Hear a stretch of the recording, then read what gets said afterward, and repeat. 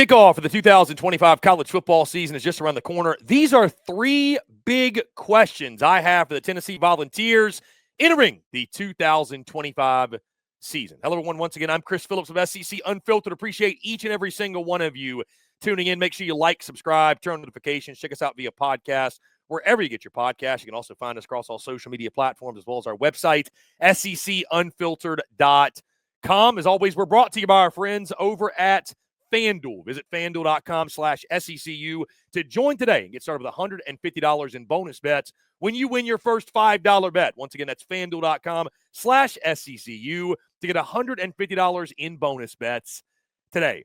After making the college football playoff in 2024, the Vols want more.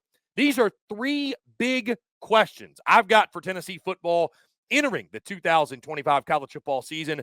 Number one, when you lose a guy like Dylan Sampson, guys, I think you have to start with this guy was the heart and the soul of what Tennessee did last season, along with a dominating defense. My first big question, how does the offense replace Dylan Sampson? And I'm not saying this from a standpoint, and I'm not asking this from a standpoint of there aren't capable bodies and capable options. But, guys, when you think about what Dylan Sampson meant for Tennessee last year, in games where Nico was sputtering and the offense wasn't great, there was one thing you could depend on offensively, and that was Dylan Sampson to step up and have a big game every single week.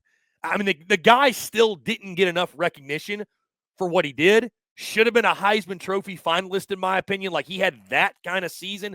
The fact he didn't win the Doak Walker, I don't even think was a finalist, is absolutely bananas. Who replaces him? Who's that guy? And if it's not Nico, right? If it's not Nico making up for that, carrying the load, we're talking over 20 touchdowns you're going to have to replace that you lose from Dylan Sampson's departure. Again, it's not a question from the standpoint of, man, Tennessee just doesn't have any talent. There's nobody back there. There's other capable guys in the backfield. But is Tennessee going to be able to lean on someone as that Dylan Sampson? Who's going to be? Is it a RB1? Is it a wide receiver that steps up? Is it a tight end? Is it Nico himself? How does the offense replace the production, the productivity? Is it one guy? Is it by committee? Does it have to come from multiple new faces or multiple new contributors, multiple guys stepping up?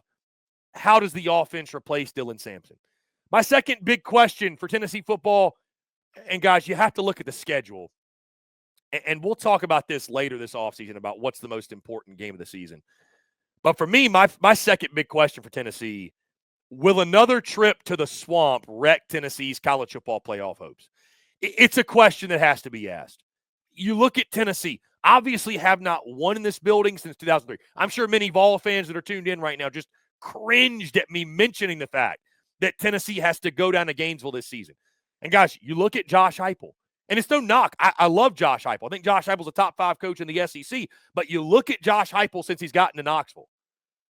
2 seasons that he's coached that Tennessee played at the Swamp. Tennessee won 7 and 8 regular season games, respectively, in those 2 seasons. And they lost to Florida both times in the Swamp. Now, granted, one of those was year 1. Give him a pass. But you think a few years back. And with Joe Milton, I get it. Tennessee goes in there, though. Big favorite. Everybody thought the Vols are going to roll in that one and just beat the hell out of Florida.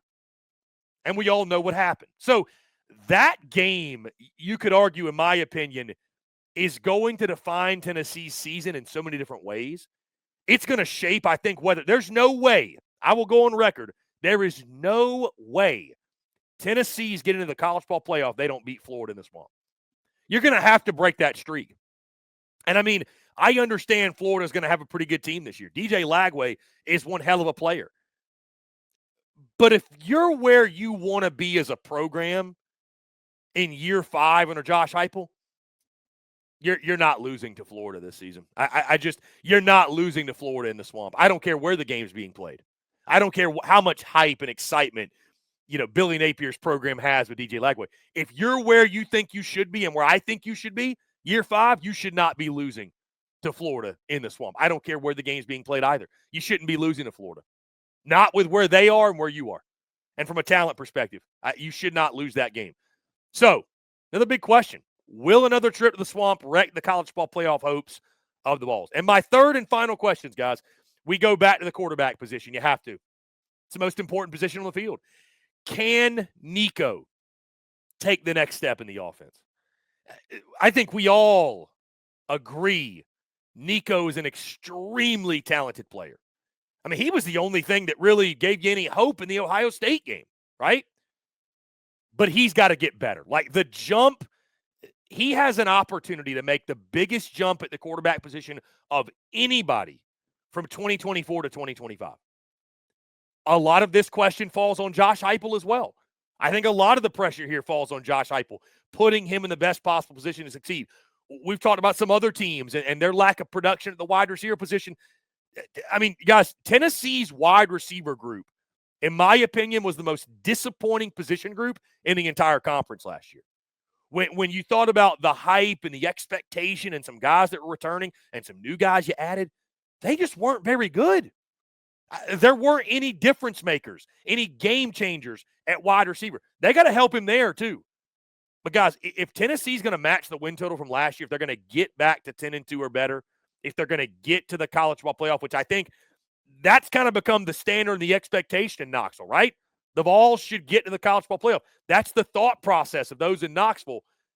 You know, you lose Dylan Sampson, like we talked about earlier. Nico's going to have to take the next step. He's more than likely going to have to shoulder a lot more of the load in the offense. He's just going to have to. I mean, it's got to come from somewhere. There's got to be more productivity from other sources. I think Nico was a big part of that. At times last year, it felt like Nico, he wasn't playing scared, but he was playing safe. And again, is some of that Nico? Absolutely. Probably a lot of that's Nico. But I think a lot of that's Josh Heupel too. You got to take the training wheels off this kid, man. You got to let him go.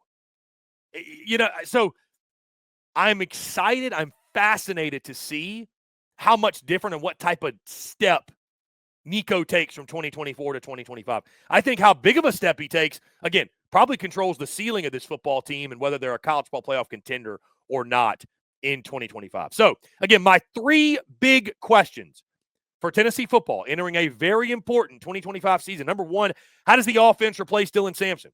Number two, will another trip to the swamp wreck the Vols' college football playoff hopes? And number three, can Nico take the next step in the offense? Guys, I'd love to hear from you. Do you agree with me? Do you disagree? What are your three biggest questions for Tennessee football entering the 2025 season? Guys, before we get out of here, I do want to tell you about our friends over at FanDuel, because as always, we're brought to you by our friends at FanDuel. When the game tips off, the NBA action is just beginning on FanDuel, America's #1 sports book, because FanDuel is your home for NBA live betting. So even if you miss the first few minutes of the game or you want to bet on a fourth quarter comeback, you can make your picks from the first whistle until the final buzzer. Plus, you can even combine your live bets into a same-game parlay for a shot at a bigger payout. However you want to play, now is the perfect time to join. New FanDuel customers get started with $150 in bonus bets if your first $5 bet wins. Just visit FanDuel.com/SECU to join today. That's FanDuel.com/SECU for your shot at $150 in bonus bets. Make every moment more with FanDuel, official sports betting partner of the NBA. Must be 21 and up and present in select states. For Kansas, in affiliation with Kansas Star Casino, or 18 and up and present in D.C. First online real money wager only. $5 first deposit required. Bonus issued as non-withdrawable bonus bets, which expire 7 days after receipt. Restrictions apply. See terms at sportsbook.fanduel.com. Gambling problem? Call 1-800-GAMBLER or visit fanduel.com/RG. Call 1-888-789-7777 or visit ccpg.org/chat in Connecticut or visit mdgamblinghelp.org in Maryland. Hope is here. Visit gamblinghelplinema.org or call 800-327-5050 for 24/7 support in Massachusetts, or call 1-877-8-HOPE-NY or text HOPE-NY in New York. Guys, once again, kickoff is just around the corner. Three big questions for the Tennessee Volunteers. What are your biggest questions for the Vols entering the 2025 season? Guys, that's going to do all for me. Appreciate each and every single one of you tuning in again. Make sure you like, subscribe, turn on notifications. Check us out via podcast, where you get your podcast. You can also find us across all social media platforms, as well as our website, secunfiltered.com. Until next time, I'm Chris Phillips of SEC Unfiltered. Appreciate each and every single one of you tuning in, and we will catch you on the other side.